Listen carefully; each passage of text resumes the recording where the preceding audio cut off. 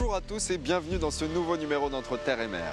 Aujourd'hui, direction le nord-est de l'île des Pins, plus précisément sur la passe d'Oupey, sur le récif de l'Aventure. Ce récif doit son nom au naufrage de la corvette l'Aventure, survenu le 28 avril 1855, commandé par le capitaine de vaisseau Eugène Dubouzet.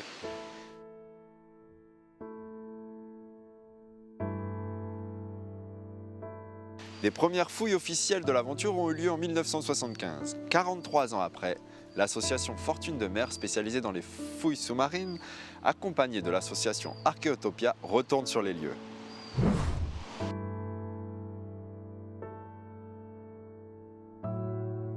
Le navire de guerre, une corvette en bois longue de 43 mètres. Parti de Brest, il fait route vers les Caraïbes puis Tahiti, et enfin Port-de-France, l'ancien nom de Nouméa. Arrivé le 18 janvier 1855, il va y rester plus de 3 mois pour effectuer différents travaux de cartographie des terres et des lagons et surtout assurer le maintien des forces de la colonie française. Il repart ensuite dans l'autre sens, vers Tahiti. À son bord, 250 membres d'équipage. Nous sommes le 27 avril 1855. À 2 h du matin, la vigie crie « Rocher par bâbord, rocher par tribord !» L'Aventure est allée grimper sur le corail.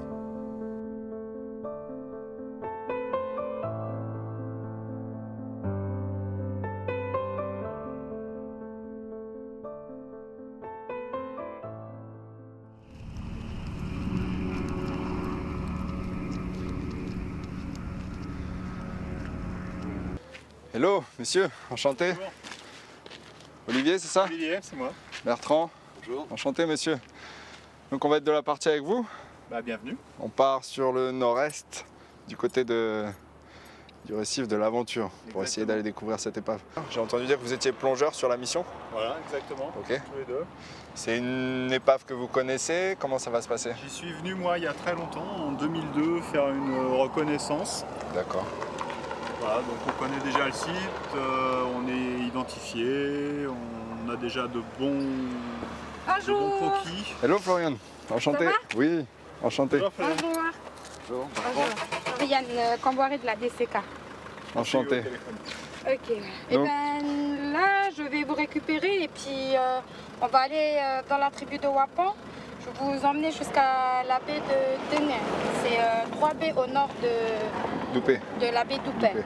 Je suis là pour la tradition orale parce que mon métier c'est enquêteur culturel. D'accord. Je collecte tout ce qui est tradition orale. Et puis là, Il y a tout un travail aussi avec Archéotopia qui font les fouilles sur terre.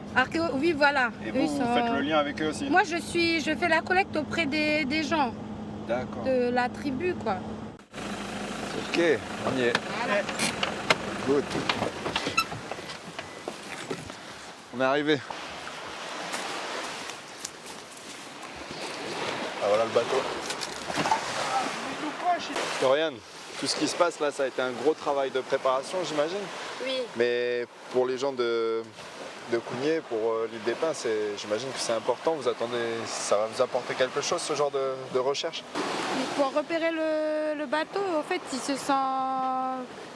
Comment c'est la tradition orale qui leur a permis de. Pouvoir raconter l'histoire, Voilà. de Et puis trouver d'identifier exactement où le l'endroit. bateau il est tombé. Et puis c'est mon grand-père. Là, le ça père c'est de en mon père. 75. Ça. Ça c'est en 75, le Ouais. père de mon père. Ça fait que dans ma famille, dans ma tribu, ils racontent très bien comment ils sont arrivés et tout ça. Du coup là, le fait de C'est à partir revenir, de toutes ces données, ça a Voilà. réveillé toute Le l'histoire. fait de revenir là aujourd'hui, ça réveille encore tout ça, tous les lieux. Et puis... Et là, avec tout le travail qui a été fait, les ports sont ouverts, jusqu'ici tout va bien. Voilà, parce qu'en fait, comme on a fait la coutume, on a expliqué, on a bien expliqué tout ça. Dès qu'il y a la démarche coutumière, tu ouvres toutes les portes. Et puis du coup, quand on aura fini, on se doit de revenir faire une restitution. D'accord. Tiens, c'est moi. On va prendre la aussi. Chose qui arrive. Ok, demain, Yo, 3 à heures, demain. à Gadji. Yo.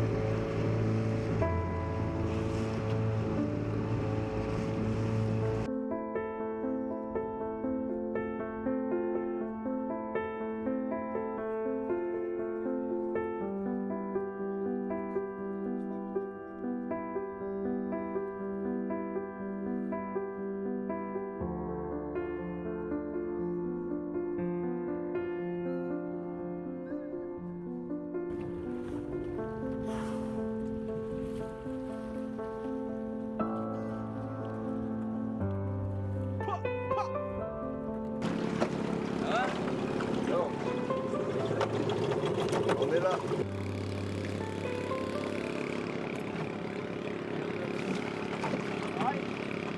Ok. Les affaires. Je pose les affaires dans le zone et après. Ah, vas-y, tu me les passes si t'as le bras assez long. On passe par là avec le collet là, ça. Salut Philippe. Enchanté. Ça va? Merci de nous accueillir avant. Au chantier.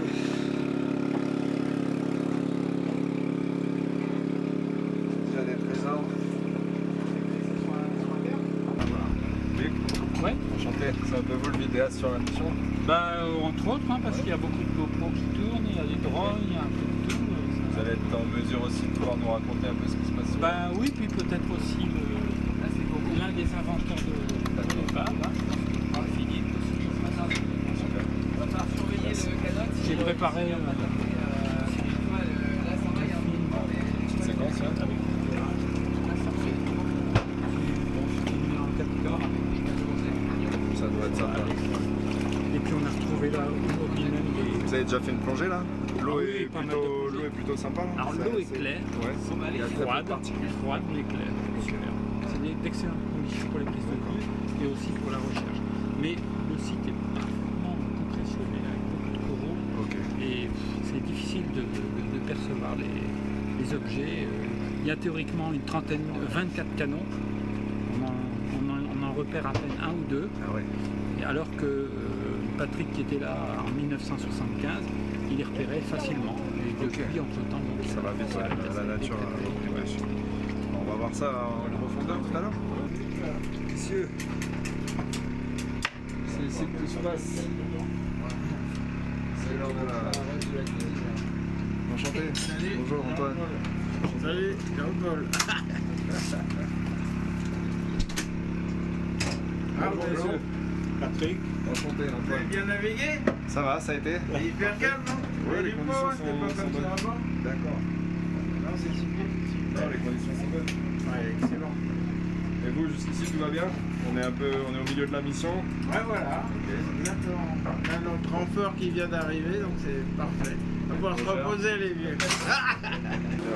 L'épave, elle est pas en dessous du bateau là. Ça, c'est Ah vers le non, récif. on va sur le récif là-bas, c'est à peu près 1 mille et demi, donc on va avec les Zodiacs.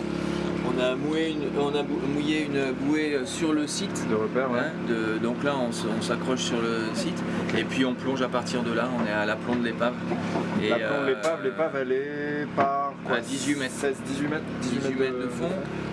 Là, donc on a déjà commencé à tout cartographier, faire des repères, mesurer, ça c'était le premier travail, filmer tout en l'état. Et puis là, depuis hier, on a commencé à creuser à certains endroits, mais c'est très compressionné, c'est vraiment du beach rock. Donc là, on a trouvé quelques endroits qui ont l'air d'être intéressants à travailler. fouiller. Et là, on a remonté quelques petites choses, donc c'est intéressant. Donc là, on va continuer, là. Deuxième plongée. Voilà. Yann de Philippe. Départ dans un quart d'heure, ça te va? Il ne pourra pas aller à Ripa ce soir. J'ai entendu ça il n'y a pas longtemps. Allez, en avant. C'est parti, mon kiki. Voici les tuyaux. Attends. Voilà. Allez, shot. Allez, on est parti. C'est parti.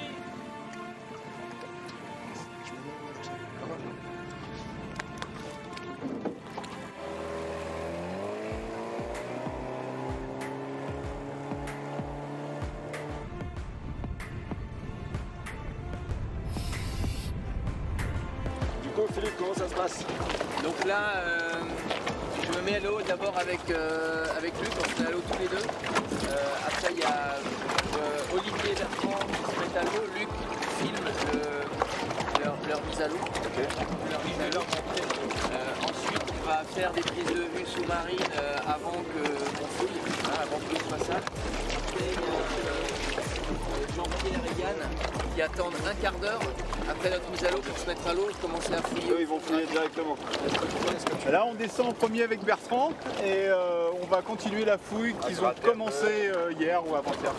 Allez, voilà.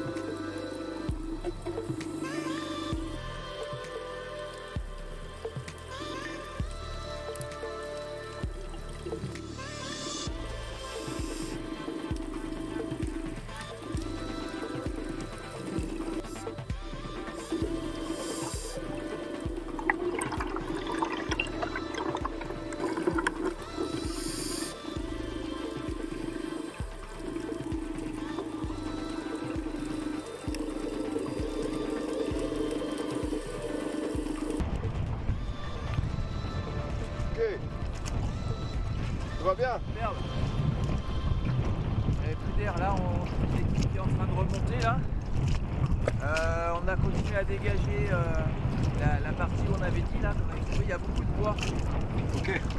On n'a pas trouvé de pièces vraiment intéressantes, mais beaucoup de bois. Donc la zone est intéressante, elle devient difficilement accessible. Donc mais là on continue. Ah, c'est super. Ouais. Ça fait plaisir de revenir sur des sites comme ça. En plus, l'eau est super claire. On a eu quelques visites sympas de la faune. Ok. Une très grosse sèche. Ah ouais. Et bon, l'épave, l'épave elle est là et on fouille. Ouais. Mais c'est du gros travail. Gros travail de terrassement.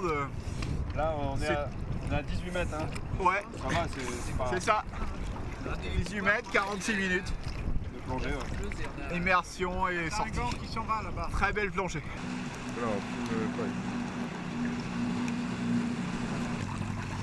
Ça y est, de retour. C'est bon? Bon, bonne pioche.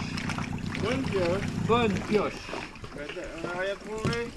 Non mais Bertrand a dégagé des tyrans, ce qu'on Très long appelait tyran. le bastingage, enfin c'est sur le plan étonnant. c'est les tyrans de c'est les tyrans de pile. Et ça mesure plus d'1 mètre voire 1,50 m. Donc Bertrand les a bien dégagés et c'est ça penché. Donc à mon avis c'est la jonction entre la quille et le bateau. Dans le trou là, il y a beaucoup de bois. On a trouvé des éléments de meubles, de mobilier, qu'on a remonté un petit élément de mobilier, je pense. D'accord. Et il y a beaucoup de il bois doit y qui avoir part la quand même vaisselle. un petit peu qui s'effrite un petit peu. Mais du bois fin, tu vois. Pas de la structure de bateau. C'est du bois de meubles, des caisses, mobilier. Bon, quelque chose comme ça, quoi. c'est compliqué à récupérer. Mais par contre, il y a encore, si on arrivait à dégager, il y a encore beaucoup de... Il y a encore il y a du sable, quoi. C'est-à-dire que ça descend. Donc, on peut avoir d'espoir de trouver des choses. Il y a de l'espoir. Bon, c'est super. Philippe, tes 2 bouts de bois là, c'est important? Ça raconte déjà une histoire ou c'est un élément? En fait, sur une épave qui est complètement explosée, déjà de retrouver des éléments de mobilier, parce qu'on pense que les éléments de mobilier, c'est énorme, quoi. Donc là, en ramenant ça, c'est rien. Le bois, c'est difficile à traiter, c'est parce que c'est compliqué à conserver. Mais déjà, ça, de faire la photo de ça, ça veut dire qu'il y a une moulure, ça veut dire que c'est probablement un élément d'un meuble. Donc ça, c'est... Alors que la structure du bateau, on la retrouve même pas. C'est-à-dire que le bateau était en bois, on trouve même pas d'éléments de structure de bateau, et là on arrive à retrouver des petits bouts de meubles, de mobilier, donc ça c'est énorme. Quand De on voit que 1850. voilà. Donc non, c'est intéressant. Alors ça, pour le conserver, en attendant de l'emmener au musée, on le met dans l'eau. Hein. On va le mettre, voilà, on va le mettre dans l'eau avec les pièces qu'on a trouvées ce matin. Déjà ouais. Alors ce matin, on avait ça, c'est un élément, on pense en bronze, mais c'est assez mais non, c'est pas ce que c'est. Là par contre, très intéressant, ça c'est un morceau de bois, du bois très très dur, beaucoup plus dur que ça, c'est un morceau de réa. Les réa, c'était les poulies en fait, hein. C'est le rond d'une poulie, donc ça c'est Yann et Jean-Pierre qui ont trouvé ça ce matin. Et surtout on a ce verre qui à mon avis n'est pas un verre, mais peut-être, on ne sait pas encore, il faudra qu'on cherche, peut-être le capuchon de quelque chose, je sais pas, parce que là il y a un petit... donc on va, mais bon, ça c'est incroyable de retrouver ça parce que c'est du verre qui est intact. Quand on voit la violence du choc, comment la cuisine distillatoire a explosé, on se demande comment ça a pu rester intact. Le bateau il est arrivé, il venait de marée en fait. Donc il a d'abord donc de nuit, hein, il est arrivé de nuit. Et le commandant pensait qu'il était vraiment bien plus au large de l'île des Pins. Et en fait il a tapé une première fois, il a perdu son safran. Il le dit, hein, il a perdu son safran et c'est là où on a retrouvé l'aiguillot. Donc l'aiguillot, c'est la partie du safran, la grosse partie en bronze du safran qu'on a ramené au musée, qu'on avait trouvé l'année dernière, qui est dans une vasque de sable, Donc ça, cette partie, on sait que c'est l'endroit où il a perdu son safran. Après, il a tapé une deuxième fois, il a tapé une troisième fois et là, il s'est mobilisé. Et donc après, avec les éléments qu'on a retrouvés, la cuisine distillatoire, les encres, etc. On arrive à retrouver l'avant et l'arrière et retrouver vraiment l'axe du bateau. C'est comme ça donc en fait ça confirme un petit peu les écrits qu'on a retrouvés, hein, et puis comment on a retrouvé le bateau. Donc ça se confirme en fait, donc c'est intéressant. On relie l'histoire l'historique à ce qu'on a pu retrouver sous l'eau, donc c'est quand même intéressant.